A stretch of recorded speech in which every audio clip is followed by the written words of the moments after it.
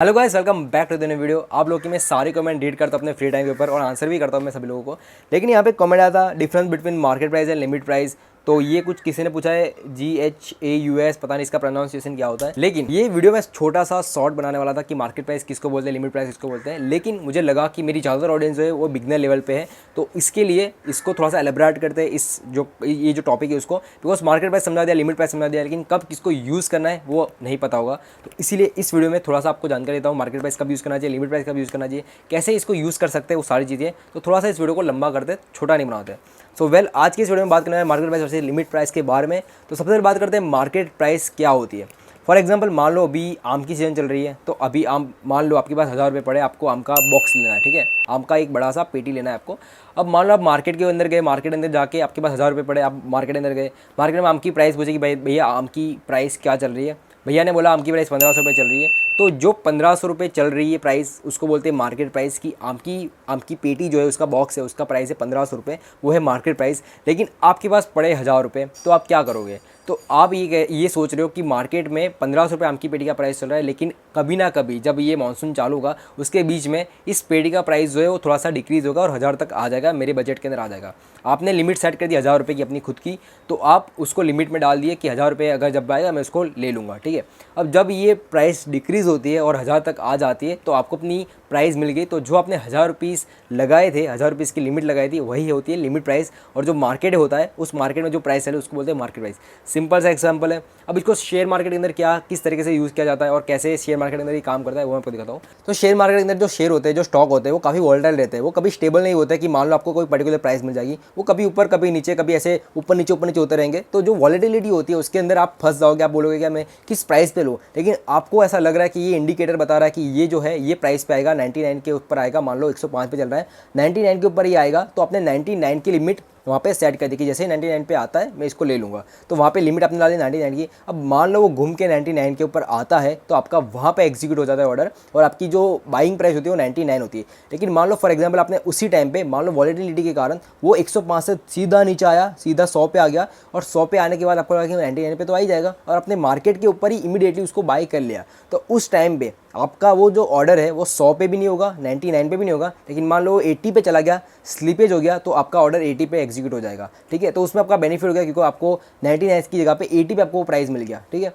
लेकिन ये स्लीपेज होता है, तो मार्केट में जो भी स्लीपेज होगा, अगर बड़ा स्लीपेज होगा, वापस मान लो उल्टा एग्जांपल लेते हैं कि 100 पे वो आया, 100 पे से वापस वो स्लिप हो गए सीधा 110 पे चला गया, तो आपकी जो बाइंग प्राइस होगी 110 होगी। आपको तो चाहिए था 99 के ऊपर, लेकिन वो चला गया 100 के ऊपर। तो मार्केट में इमीडिएटली जब भी आप बाई करते हो, तो इमीडिएटली उस टाइम पे जहाँ पे भी आपका ऑर्डर एग्जीक्यूट होगा, जिस पॉइंट के ऊपर जो भी स्लीपेज होगा, और आपने उस टाइम पे आपने पंच मारा, तो जहाँ पे भी वो एग्जीक्यूट होगा वो आपको पता नहीं कब एग्जीक्यूट किस लेवल पे एग्जीक्यूट होगा। तो मार्केट प्राइस में ये रिस्क रहता है स्लीपेज का कि आपने जब भी उसको बाय किया, तो वो ऑटोमेटिकली उस पर्टिकुलर प्राइस के अंदर जो भी प्राइस चल रही है उस इमीडिएटली प्राइस में बाय हो गया।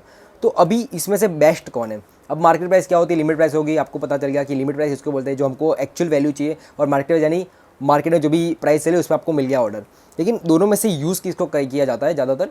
तो ज़्यादातर जो यूज़ किया जाता है वो लिमिट प्राइस को किया जाता है, जस्ट बिकॉज की लिमिट प्राइस के ऊपर आपको जिस लिमिट के ऊपर, जिस प्राइस पॉइंट के ऊपर आपको चाहिए, तो उस प्राइस पॉइंट के ऊपर आपको मिल जाती है। जो भी आपका प्राइस है शेयर का, आपको उस लिमिट प्राइस के ऊपर मिल जाता है। तो मार्केट प्राइस बनाया क्यों है? अगर लिमिट प्राइस ज़्यादा यूज़ होती है तो मार्केट प्राइस का यूज़ क्या है, उसको मतलब क्या है? तो ज़्यादा हम टेक्निकली डीपली अंदर हम नहीं घुसेंगे आज इस वीडियो के अंदर, लेकिन मैं सिंपल से आपको बता दूँ मोटा मोटा कि मार्केट प्राइस इसलिए बनाया जाता है कि मान लो फॉर एग्जांपल आपको ऐसा लग रहा है कि कोई पर्टिकुलर स्टॉक है, मान लो 100 पे चल रहा है, 100 से वो 120 पे चला गया, और आपको ऐसा लग रहा है कि 120 से वो सीधा एवरेज होने के लिए 115 के आसपास आएगा या 110 के आसपास आएगा, और फटाक से वो मूव कर देगा, ठीक है। और वॉलेटिलिटी काफ़ी ज़्यादा है।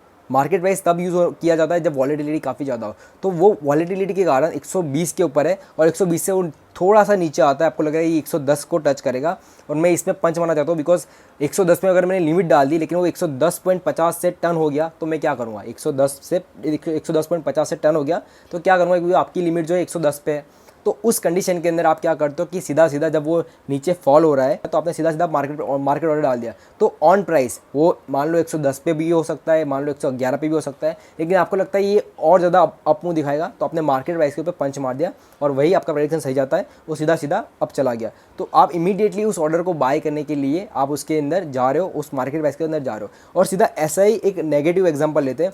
फॉर एग्जाम्पल मेरे साथ तो ये काफ़ी बार हुआ है ये चीज़ कि मान लो आपने कोई पर्टिकुलर लिमिट डाल दी कि फॉर एग्जांपल कोई पर्टिकुलर स्टॉक, मैं ऑप्शन में काम करता हूँ तो मेरा ऑप्शन के अंदर मान लो प्रीमियम अमाउंट है, प्रीमियम अमाउंट चल रहा है, आप उसको स्टॉक भी गिन सकते हो, प्रीमियम अमाउंट चल रहा है 300, मान लो 350 के आसपास।